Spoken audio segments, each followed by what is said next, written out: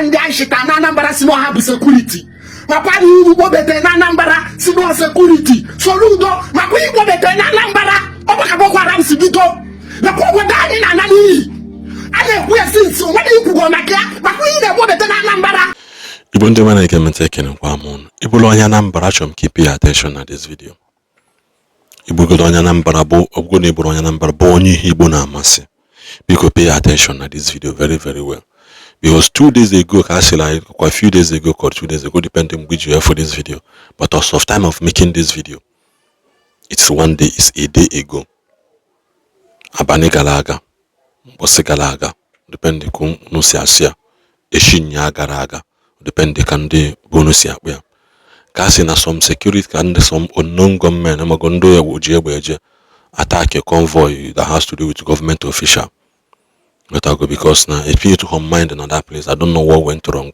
Asinabaro. Man, that is not the point of contention. The bone of contention is how many security forces and agents on Anambra State. Ije n'obodo Igbo, for example, enwe police, enwe ndị na uniform.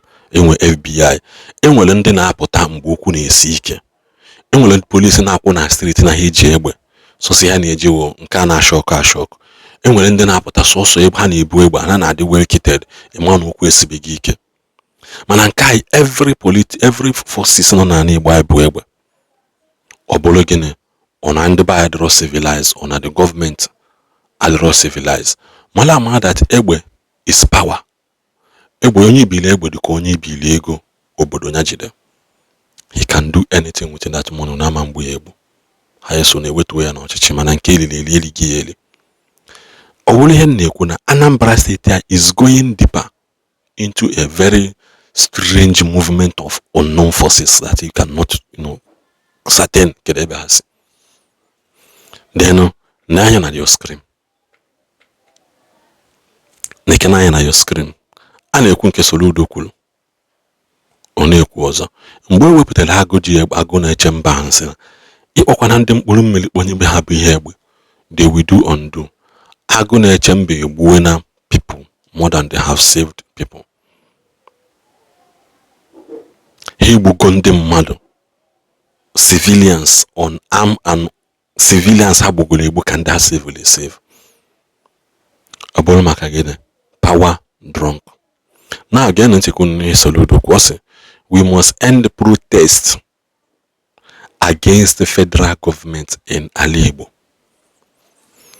In Igbo. As long as a capital be Biafra, all part of Nigeria is still Nigeria. Hello. As long as na map be Biafra see from here to here, bunka despite Diamond and Igbo Biafrans. Man, as long as now the federal government has not mapped out that part, you don't have right to tell anybody not to protest. Protest is their fundamental human right, and this is your right as a citizen to protest. Ndocha neme protest. Every other countries neme protest, and you people travel abroad. If you get Donald Trump mepelono, or governor of California, or governor of New York, or governor of Nka, mepe ono sendo bude protest na against the government, against Donald Trump. Government here na hachi. Even in the state where Donald Trump governors not at the same party, they are still doing protests against Donald Trump. If you look up at our Semba, that is not even an APC member. Now one day not to protest against government na Igbo. Asingene kwana asonu nekulu Igbo ko asonu nekulo ha. Don't worry na video maka mo video ọzọ mmepili unu ya that video. Soludo ina-ekwu ya from according to this report ina-ekwu ya asonu onu nekulu Igbo ko onu nekulo ha because I don't understand your stand. Always we must look at the possible ways to be at the center table where decisions are made. Center table kuno gwalai. Man, a lot of you people mapuna city boy movement, mapuna APC kuno connect here to the center. Ka connect here to the center. Get our center table. that center ha na connect to ọghasala aghasa. Enwere ndị nọ na center ha na-akpọ oku. Ndị ọzọ nọ na that center ha before ndị Igbo na-join to that table ahụ. Are they doing better than us? Are they peaceful than us? Or are they more reliable than us? Because you could get a center, connect your center table, center nka ushimeli nka. At the end of the day, okwana ka alola tobu te kubi ekube. Akwa ka amale. Ndị nọ na that center ha tupu ndị Igbo na connect to them. Are they doing better than us? Ha ka yemma. Obodo ha dị peaceful karịa nke anyị. Ọ bụ na ndị ha nọ na center apụta sị ebe ha dịzị ka Dubai and which in ikwela anyị nkwa na Igbo ya dị ka Dubai. Ọ mgbe time lụrụ ka anyị jụzie gị na Dubai nwanụ olu aifa. Ọ bụkwa na ihe ha dị anyị ka Dubai nwanụ ịgwa na anyị ego na hapụ na akaụntụ anyị wepụ wale onye ọzọ ya abatanụ ewerezie ya wee tọnụzie to Dubai. At least you save a lot of money na Anambra State Treasurer account anyị.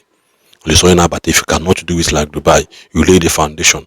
Hapoziga you will complete the building. Okay, same less like it will happen. Manaka I can equia. Ndano na center. Are they better than us? If they are not better than us, there is no way of sitting down together with them. Nyobona jeje chonke ya baliaolo. Which nandi Igbo kugiyoku. Biafra or nothing. Jidebe president uno. Jidebe ne center uno, jidebe ne nkobun uno, head of the table uno wana jidebe no, ayana he muna acknowledge. Unanugo, na eleza video wana nwoke jiwe ne ekwu maka na Anambra State aghasana. Complete in this video. Godin. Anambra State na anazakwa na ana. Ibulu ya Anambra ebe obu n'imo, na bulu obodo oyibo. Ihe na-emezi na Anambra State is getting out of hand. Obodo anyị na anazakwa ana. Obodo anyị bụ Anambra na anazi ana. Ọmụ ihe eji mara bụ Anambra State. Oge mbata Anambra from north. Ihe apụta by 12. Ebe du ka music time sites. Kadu lively. Ndị mmadụ na-agagharị. Ihe dị mma. Street ni na down to Unizik to Obuno. Ihe na-aga. Ọka dị oke na ịpụta ihe agagharị nwu. Mana ihe ni na-adụzi otu ahụ. Museni ka fwe na ya shotu ona sim na by 7 na ndi vigilante na wago ego me nwude gi nsi on ke leta wako gini osim na ya nwa no mu amanko wa hu ofu adu na Anambra State ye ni na buka Boko Haram sibido na north me do giri bubu obodo ai bata chukudi motos by 12 abane ifota izi ye buru di na begi ona ka me do giri dubu before. Everything was okay. Ye na gaga. Until na ndi metugiri decide imebi obodo ha. Onya adu metugiri si na anya onu oduta. The same thing na Anambra State. Insecurity na Anambra shifo. Oya obu na agawa mpia. Oya obu na ejesu afia. Ya afia me no onisha.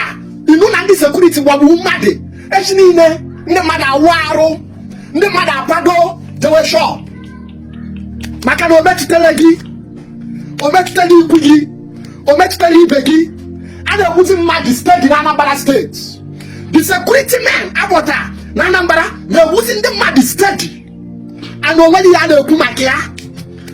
Ụmụazị bụrụ ebo na-akwụgharị na-egwu mmadụ onye anaghịzi na Anambra State. Nke witness bụ na St. Charles Hospital ebe njine na-ahụ ike. Wepụtafu ndị keke ju na St. Charles. O ka mula doctor for Sinapo o ko shaman ha ga meet we na akwa niye na sim ye me ya anu a ha bi kwashi di hospital a bu na ha bu hospital a na agbabu ye keke na agbabu e ba kita the standards na ya agbabu ye keke no no ọgwụ and reason ha manjepo bu maka na ye keke no no ọgwụ ndị keke no na guide bu so si abi ye ka jindo and so si abi ye akwa ye memi ndị security ai jiwe gbabuo the keke driver no see have witness and now when na go mwo pikesha ya na aro